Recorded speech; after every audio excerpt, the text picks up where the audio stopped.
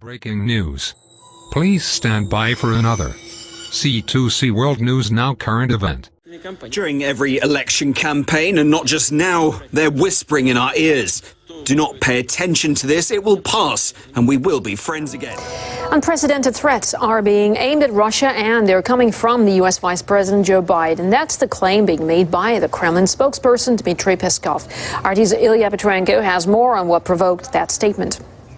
We're really seeing quite a word fight being put up by the highest ranks of U.S. and Russian leadership. Let's quickly look at how it unfolded. Late Friday night, NBC News cited unnamed CIA officials saying that their agency is working hard on a possible cyber attack against Russia. Now, this is meant to be in retaliation for Russia's alleged meddling into the U.S. presidential campaign. You remember claims of Russian hacker attacks with an alleged purpose of compromising Hillary Clinton's campaign. Moscow has been denying it all along, saying Washington has nothing to back it up. Now, back to the report on the planned attack. It is, quote, to harass and embarrass Russia's leadership. The WikiLeaks also got involved online. A little bit later, they tweeted something along the lines, why would the U.S. intelligence announce a clandestine attack? And why is the CIA on it instead of, for instance, the NSA? But then, just when the MSNBC journalist asked the U.S. Vice President about it, Joe Biden confirmed that the intelligence was on it and that they're absolutely serious about it. So there you have it, the U.S. Vice President essentially giving a direct threat to Vladimir Putin. Why haven't we sent a message yet to Putin? We're sending a message. We have the capacity to do it, and the message He'll we know sent, it? he'll know it. Will the public know it? I hope not. The Russian media was quick to get the reaction of Vladimir Putin's spokesperson, Dmitry Peskov, to it. The question was, what is his take of the claims of a CIA prepping a cyber attack against Moscow? Now, Mr. Peskov said that quotes of unnamed CIA officials are not as important as such an unprecedented rhetoric by the U.S. Vice President. These are unprecedented threats against Russia. If the claims made by the US Vice President are true, this is typical of Washington's aggressive policy towards Moscow. This shows that the unpredictability and aggression of the United States' foreign policy is growing. This is dangerous not only for Russia, but for the whole world. Never before has Russia and its leadership received such direct threats. And of course, given the background of such an aggressive stance, such an unpredictable stance, we have to take some measures. This is indeed an escalation, but to be honest with you, this story has been going on for several months, and the milestone for it was the U.S. intelligence report that we saw earlier this month. It officially blamed the Russian government for directing the recent compromises of emails of U.S. officials, and that's when U.S. government people really came out with a barrage of comments, and here's an example for you. The president has talked before about the significant capabilities that the U.S. government has to both defend our systems in the United States, but also carry out offensive operations in other countries. There are a range of responses that are available to the president, and he will consider a response that's proportional.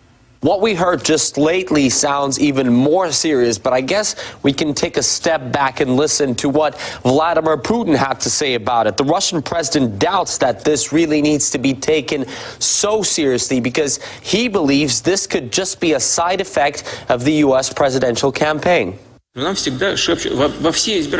During every election campaign, and not just now, they're whispering in our ears.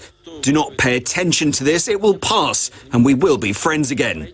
You can't do this. You can't use Russia as a bargaining chip in the internal political fight and damage bilateral relations. Of course, the prospect of an all-out cyber confrontation does sound really worrying, but we'll just have to wait whether Vladimir Putin was right here and whether it will all vanish after the end of the elections in November. Now, Joe Biden didn't give any details, of course, on what exactly the U.S. cyber attack against Russia would look like. One of America's known cyber weapons is a Stuxnet computer virus, which targeted Iran's nuclear facilities back in 2009 and 2010. So for more on this, let's now bring in Tehran-based political analyst Syed Mustafa Khoshcheshm. Thank you so much, Syed, for joining us here on RT International. So what kind of cyber attack could the U.S. be planning? I mean, could it be something similar to Stuxnet? In the name of God, hello, and thank you very much for inviting me. Well, first and foremost, there are a number of points to be raised in here. When you want to launch an attack in military action or cyberspace, there is no difference. You don't make such public statements. Being and conducting a clandestine operation is of high priority. That's number one. Unless you want to give a chance to your target to develop its defenses or preempt you. Or maybe that's what Washington wants ahead of its election and wants to be preempted by the Russians to check their defense systems because they are very much vulnerable. It's been proved already, and they have very profound concerns about their security systems. But anyway, when you claim that you have come under attack by Russia in the area of cybersecurity, and you still claim to be the #1 world power in area of cyber capabilities, the world public opinion, especially people in the U.S., rightfully ask, why don't you take an action of reprisal?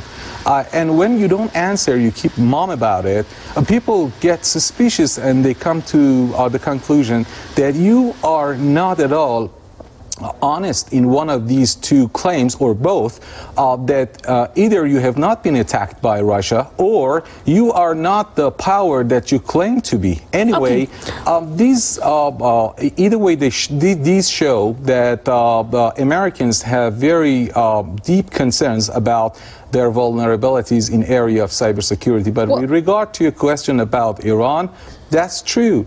The United States always, attack other countries for the things that it's done, even worse than the claims that it makes about coming under attack, even if it's proved to be right. So far, there has been no proof or evidence to prove that the Russians have been involved in these attacks. But, well, Syed, as you were saying earlier, sorry for butting in, as you were saying earlier, this and some of the analysts that we talked to express this view as well, that this just latest rhetoric could be just something coming out of the U.S. ahead of the elections. Do you believe that after the elections it will phase out, or are we likely to see it carrying on? You see, this kind of threats that are made, they just look like the line of policy of Hillary Clinton.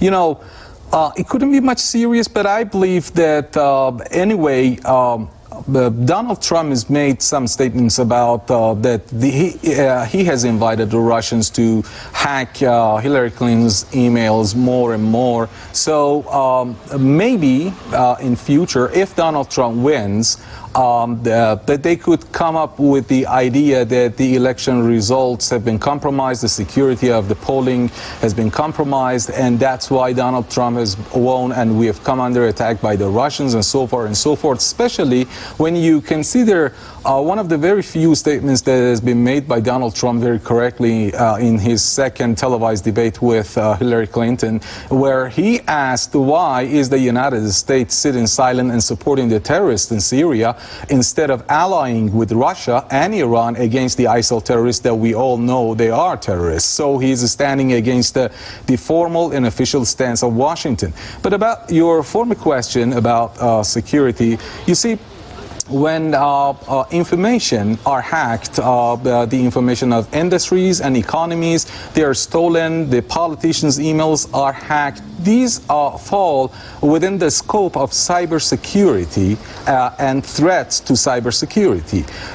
Way beyond that, and much more hazardous, are those threats and actions that are considered an action, a declaration of war, and they are called cyber war. And and they fall within in the environment of cyber war, like what they did through Stuxnet since 2008. Well, Said, I'm really sorry, but we are running out of time. Malwares that they used against Iran. These are very serious issues that you are describing there, but we're unfortunately running out of time, so we have to leave it there. That was Said Mustafa Koshchim, political analyst, talking to us here on RT International. Thank you. Now, the blame game began some time ago with the latest accusations claiming WikiLeaks and Russia are somehow linked in releasing emails from Hillary Clinton's campaign chair. This has been a C2C World News Now current event. Stay safe, everyone.